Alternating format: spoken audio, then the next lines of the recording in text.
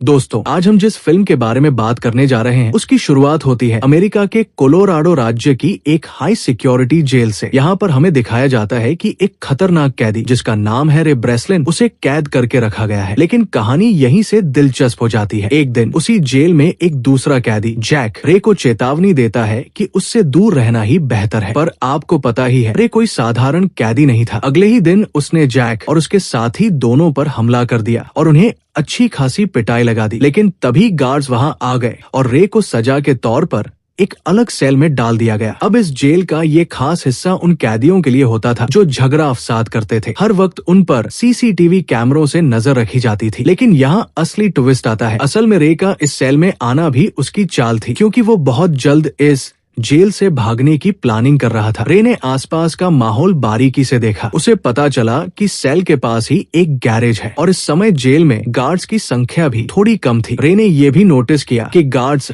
हर दिन ड्यूटी के दौरान ठीक 7 मिनट के लिए बाहर जाकर सिगरेट ब्रेक लेते थे। इसका मतलब था कि रे के पास भागने के लिए सिर्फ 7 मिनट होंगे। लेकिन सबसे बड़ा चैलेंज था सेल का पासवर्ड। इसके लिए रे ने बहुत क्रिएटिव तरीका निकाला। उसने टॉयलेट पेपर को छोटे छोटे टुकड़ों में फाड़कर पानी में भिगोया और फिर छोटी छोटी बॉल्स बनाई। उन बॉल्स पर गोंद लगाकर जब गार्ड उसकी हथकड़ी खोलने आता तो वो उन्हें ताले के छेद में फंसा देता। इसका फायदा ये था कि अगर गार्ड ताले की खिड़की बंद भी कर दे तो रे उसे आसानी से दोबारा खोल सकता था। इसके बाद उसने पासवर्ड का भी जुगाड़ कर लिया। कैसे? जेल में मिलने वाले दूध के डिब्बे का पतला प्लास्टिक निकाला और उसे पासवर्ड स्क्रीन पर चिपका दिया। जब गार्ड पासवर्ड डालता तो उसकी उंगलियों के फिंगरप्रिंट्स उसी प्लास्टिक पर छप जाते और इसी से रे को पासवर्ड का पता चल गया। यही नहीं, उसने बाहर अपनी टीम तक एक मैसेज भी पहुंचाया कि उसके भागने से पहले ठीक शाम 4 बजे जेल के बाहर ब्लास्ट किया जाए। और आखिरकार भागने का दिन आ ही गया। जैसे ही गार्ड्स ऊपर सिगरेट पीने गए, रे ने पासवर्ड डाला, दरवाजा खोला और पाइपलाइन के रास्ते होते हुए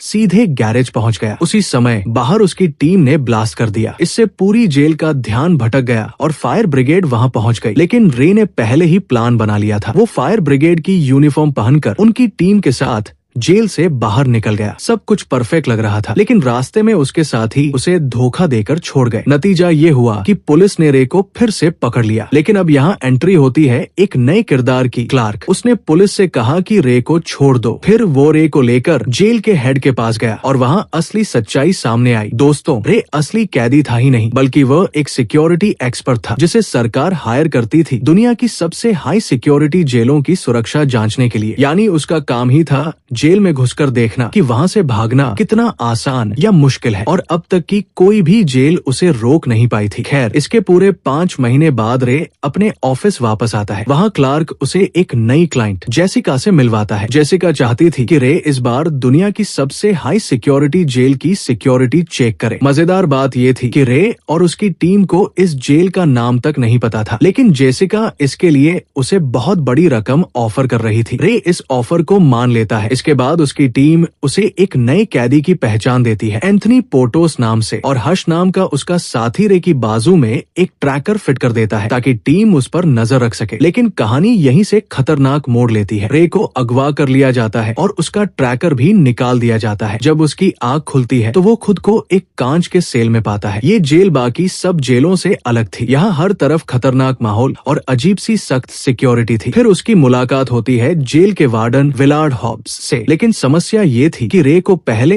इस वार्डन का नाम कुछ और बताया गया था, यानी यहाँ कुछ गड़बड़ जरूर थी। रे ने यहाँ भी अपना पुराना कोड फ्रेज बोला जिससे वो सामान्य जेलों से निकल जाया करता था। लेकिन वार्डन ने उसकी एक भी बात नहीं सुनी और उसे वापस सेल में भिजवा दिया। अब दूसरी तरफ बाहर उसकी टीम रे को ढूंढने की कोशिश कर रही थी, लेकिन कोई सुराग नहीं मिल रहा था। जेल के अंदर रे को पता चलता है कि यहाँ हर गार्ड ने एक जैसे कपड़े और मास्क पहने हुए हैं और जब चाहे वे किसी भी कैदी को बेरमी से पीट देते हैं। इसी दौरान रे की मुलाकात होती है एक और कैदी से, एमिल। एमिल कहता है कि वो कोई अपराधी नहीं है, बल्कि उसे यहाँ सिर्फ इसलिए रखा गया है क्योंकि लोग उससे उसके बॉस का पता जानना चाहते हैं। असल में इस जेल में ज्यादातर कैदी निर्दोष थे जिन्हें जबरदस्ती यहाँ लाकर टॉर्चर किया जाता था। अब रे और एमिल ने एक प्लान बनाया। वे जानबूझकर आपस में लड़ाई करने लगे और इस वजह से गार्ड्स ने उन्हें उन गुप्त कमरों में डाल दिया जहाँ कैदियों को टॉर्चर किया जाता था। दोस्तों, ये कमरे बहुत खतरनाक थे। वहाँ इतनी तेज लाइटें जलाई जाती और इतना ज्यादा हीट छोड़ा जाता कि इंसान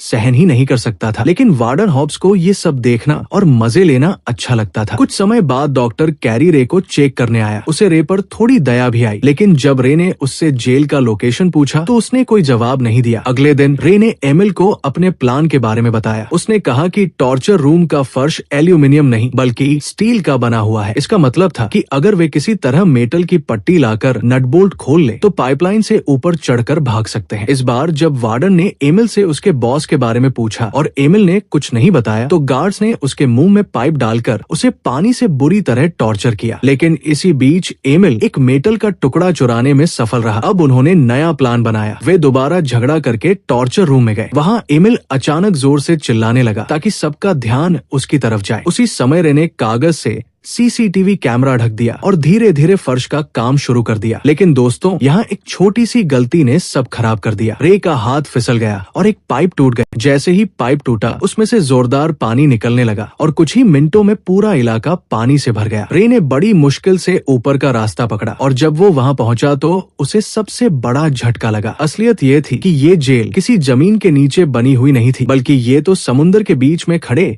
एक विशाल जहाज के अंदर बनी हुई थी। ये देखकर रे के होश उड़ गए। उसने फौरन समझदारी दिखाई और अपने सेल में वापस लौट गया ताकि किसी को शक न हो। अब कहानी का फोकस बाहर शिफ्ट होता है। उधर एबिगेल और हश, जो रे की टीम के सदस्य थे, वे लेस्टर से बातचीत कर रहे थे। दरअसल रे को इस मिशन के लिए जो चेक मिला था वो बाउंस हो चुका था और जिस जेसिका ने रे को ये काम दिया था उसका भी अब कोई अतापता नहीं था। एबिगेल और हश ने लेस्टर से कहा कि किसी भी तरह रे को ढूंढो। लेकिन दोस्तों, यहाँ बड़ा ट्विस्ट आता है। लेस्टर असल में खुद ही गद्दार निकला। उसने वार्डन को फोन करके कहा कि रे को हमेशा के लिए इस जेल में कैद रखो। राज ये था कि लेस्टर कंपनी का अकेला मालिक बनना चाहता था। उसने जेसिका के साथ मिलकर नकली डील बनाई और रे को हमेशा के लिए रास्ते से हटाने की साजिश रच डाली। लेकिन एबिगेल और हश ने हार नहीं मानी। हश को एक पुरानी गुप्त जेल के बारे में जानकारी मिली। ये जेल इतनी सीक्रेट थी कि इसके बारे में आम लोग तो दूर, बड़े सरकारी अफसर तक नहीं जानते थे। यही असल में वो जगह थी जहाँ रे फंसा हुआ था। लेकिन सबसे बड़ी दिक्कत ये थी कि ये जेल आखिर कहाँ है, इसका कोई सबूत उनके पास नहीं था। अब वापस आते हैं जेल के अंदर। रे और एमिल सोच रहे थे कि वे दुनिया के किस हिस्से में फंसे हैं। रे ने डॉक्टर कैरी से मदद मांगी, लेकिन डॉक्टर ने साफ कह दिया कि वो इस मामले में हाथ नहीं डाल सकता। लेकिन रे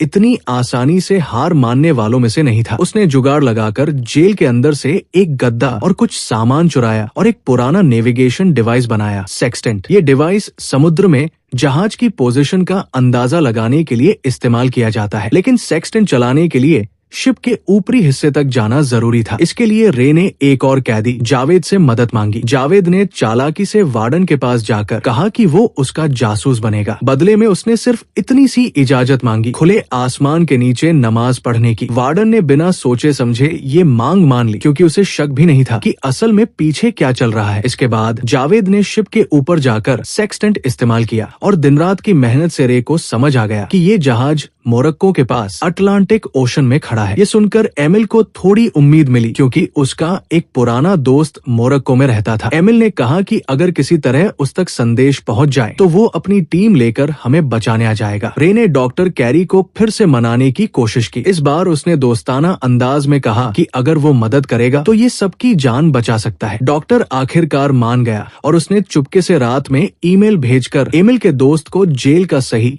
लोकेशन बता दिया। पहली बार रे और एमिल को लगा कि अब बाहर निकलने की उम्मीद है और आखिरकार भागने का दिन आ गया। जावेद ने वार्डन को झूठी खबर दी कि ब्लॉक ए में कैदियों के बीच लड़ाई होने वाली है। वार्डन ने तुरंत सारे गार्ड्स वहां भेज दिए। पूरे शिप में सिर्फ 2 गार्ड्स बचे। रे और एमिल ने इसका फायदा उठाया और अफरातफरी के बीच आजादी की तरफ कदम बढ़ाए। इधर पूरे ब्लॉक में सचमुच कैदियों ने एक दूसरे को मारना पीटना शुरू कर दिया। हालात इतने बिगड़े कि हर तरफ हंगामा मच गया। इसी बीच रे, एमिल और जावेद शिप के ऊपरी हिस्से की तरफ बढ़े, लेकिन वार्डन ने तुरंत पूरे शिप में लॉकडाउन का आदेश दे दिया। नतीजा ये हुआ कि दरवाजे लॉक हो गए और तीनों ऊपर पहुंचने से पहले ही फंस गए। लेकिन उसी वक्त बाहर से एमिल का मोरक्को वाला दोस्त अपनी टीम और हेलीकॉप्टर के साथ वहां पहुंच गया। शिप के अंदर कैदियों और गार्ड्स के बीच जमकर गोलीबारी शुरू हो गई। दुर्भाग्य से इस लड़ाई में जावेद के पेट में गोली लग गई। रे ने तुरंत फैसला किया कि अगर कंट्रोल रूम की बिजली काट दी जाए तो दरवाजे खुल जाएंगे और बाहर निकलना संभव होगा। उसने एमिल से कहा कि जावेद का ध्यान रखो और खुद कंट्रोल रूम की तरफ बढ़ गया। जावेद समझ चुका था कि वो ज्यादा देर तक जिंदा नहीं रहेगा। उसने एमिल से कहा कि मेरी चिंता मत करो, अपनी जान बचाकर आगे बढ़ो। दिल पर पत्थर रखकर एमिल वहां से चला गया। कुछ ही देर बाद गार्ड्स ने जावेद को मार डाला। उधर रे कंट्रोल रूम तक पहुंचने में कामयाब हो गया। उसने शिप की बिजली काट दी और अब सारे दरवाजे खुल गए। एमिल दौड़कर हेलीकॉप्टर तक पहुंचा, लेकिन गार्ड्स ने फिर से उन पर हमला कर दिया। एमिल ने हिम्मत दिखाई और उनका सामना करते हुए रे का इंतजार करता रहा। रे की बदकिस्मती ये थी कि वो पानी के एक बड़े टैंक में फंस गया। गार्ड्स उसे खोज रहे थे, इसलिए उसने नीचे का दरवाजा खोला और सीधे समुद्र में छलांग लगा दी। इसी समय एमिल हेलीकॉप्टर में था। उसने देखा कि रे पानी में डूब रहा है। तुरंत हेलीकॉप्टर से एक लंबी सीढ़ी नीचे फेंकी। रे ने आखिरी दम लगाकर उस पर चढ़ाई की और अपनी जान बचाई। अब दोनों ने मिलकर शिप के अंदर मौजूद तेल के टैंक्स पर अंधाधुंध गोलीबारी की। कुछ ही पलों में एक बड़ा धमाका हुआ और पूरा जहाज हिल उठा। वार्डन और उसके गार्ड्स इसी धमाके में मारे गए। रे और एमिल सुरक्षित रूप से मोरक्को के किनारे पहुंच गए। वहां एक गाड़ी उनका इंतजार कर रही थी, लेकिन असली शॉकिंग ट्विस्ट यही आया। गाड़ी से बाहर उतरी वही लड़की जेसिका। रे ये देखकर हैरान रह गया, क्योंकि यही वो महिला थी जिसने शुरुआत में उसे इस मिशन के लिए भेजा था। अब राज खुला। असल में जेसिका एमिल की बेटी थी। एमिल ने अपनी असली पहचान छुपाई थी ताकि दुश्मन उसे नुकसान न पहुंचा सके। जेसिका ने रे को धोखा इसलिए दिया था क्योंकि वो अपने बाप को इस सीक्रेट जेल से छुड़वाना चाहती थी। जेसिका ने रे को ये भी बताया कि लेस्टर किस तरह गद्दारी करके वार्डन से मिल गया था। रे वापस जाकर एबिगेल और हश से मिला और सबको समझ आया कि लेस्टर को एक बड़ा ऑफर मिला था। अगर रे इस बार जेल से भागने में असफल हो जाता तो लेस्टर को कंपनी का सीईओ बना दिया जाता। लेकिन जब लेस्टर को पता चला कि रे बच निकला है तो उसने अपना सामान पैक किया और भागने की कोशिश की, मगर रास्ते में हश ने उस पर हमला कर दिया। जब लेस्टर को होश आया तो उसने खुद को एक गाड़ी में पाया। उसे लगा कि वो सुरक्षित है। लेकिन दोस्तों, यहाँ सबसे बड़ा ट्विस्ट ये था, असल में वो गाड़ी एक बड़े कंटेनर शिप के अंदर रखी गई थी जो हजारों कंटेनरों से भरा हुआ था। और अब ये जहाज कहाँ जा रहा था इसका किसी को कोई इल्म नहीं था।